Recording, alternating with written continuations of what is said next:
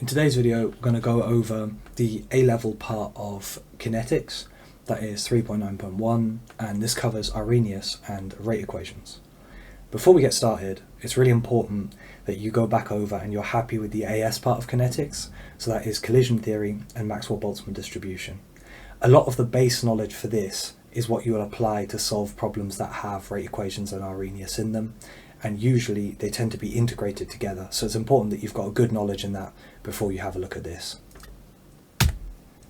Starting off with rate equations, if I've got given this reaction here, so A plus B goes to C plus D, it can be written in the rate law form. Now the rate law conventionally would be drawn like this, where we have rate is equal to the rate constant times by the concentration of a given reactant and its order.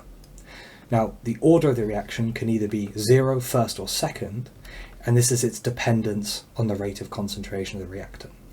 What I mean by that is how much the level of concentration of that reactant in the flask has an effect on the rate during the reaction progress.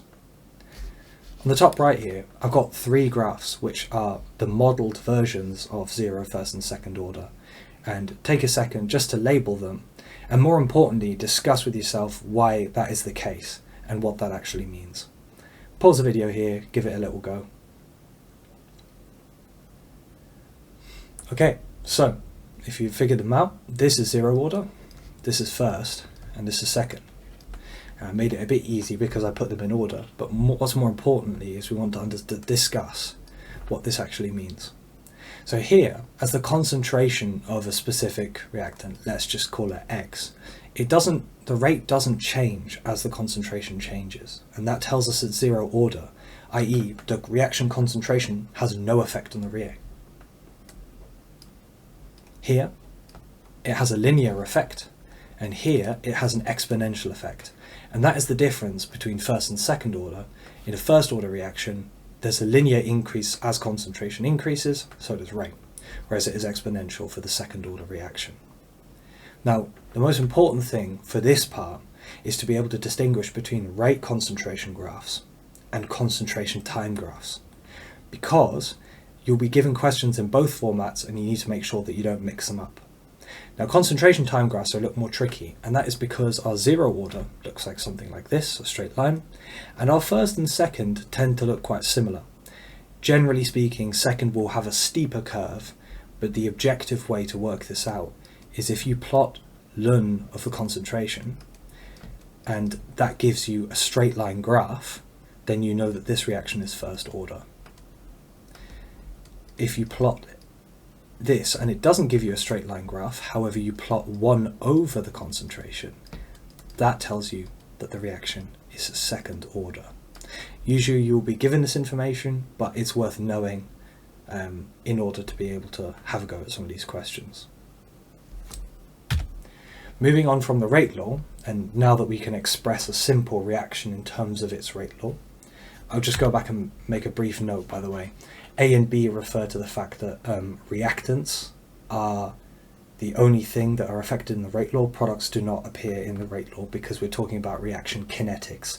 So simply how these two become these two. So going back to our Arrhenius equation, we can express the rate constant that differs in terms of temperature, where we've got the rate constant K, the pre-exponential factor, which for this course the only thing you need to know about A is that in this plot ln of A is the y-intercept, which we'll get to that later, and that it's called the pre-exponential factor, Arrhenius constant. We've got the activation energy and we've got the gas constant as well in this equation. Now on the right I've got a little self-test here. This is quite mathsy and it's not explicitly necessary because on the course you tend to be given the log format or the natural log format in the question, but it's worth knowing where it derives from. If you'd like to have a go, pause the video here. Okay, let's have a go. So we'll start off with the standard Arrhenius format, and that is as given. And what we want to do is take a natural log of both sides, and that will give us this. You can already see it's in a good form. We're going to simply rearrange it so that we've got a y equals mx plus c form.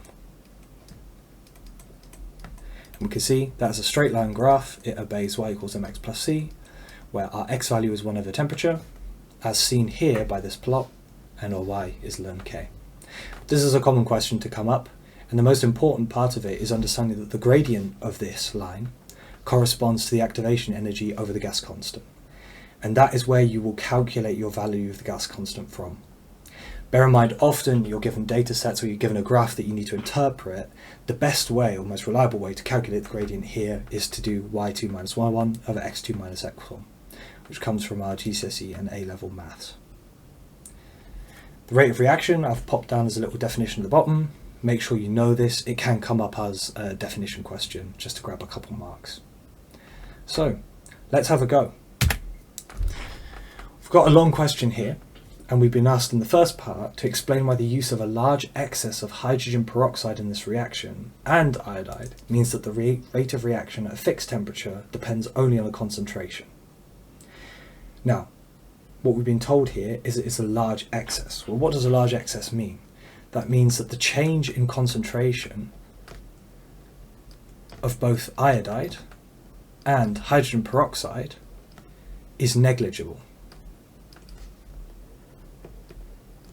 And that is relative to the change in hydrogen ions, relative to H plus ions.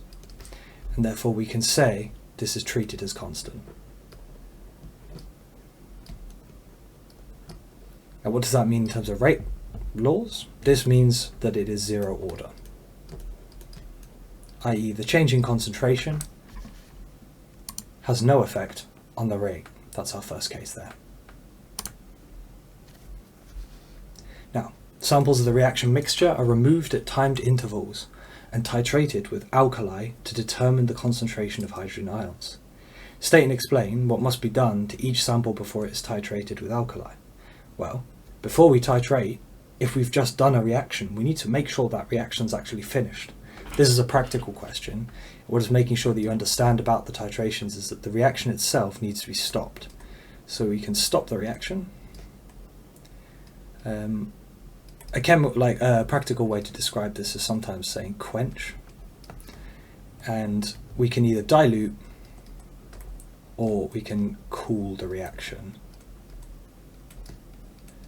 and that will give us our 2 marks and our answer to the practical question.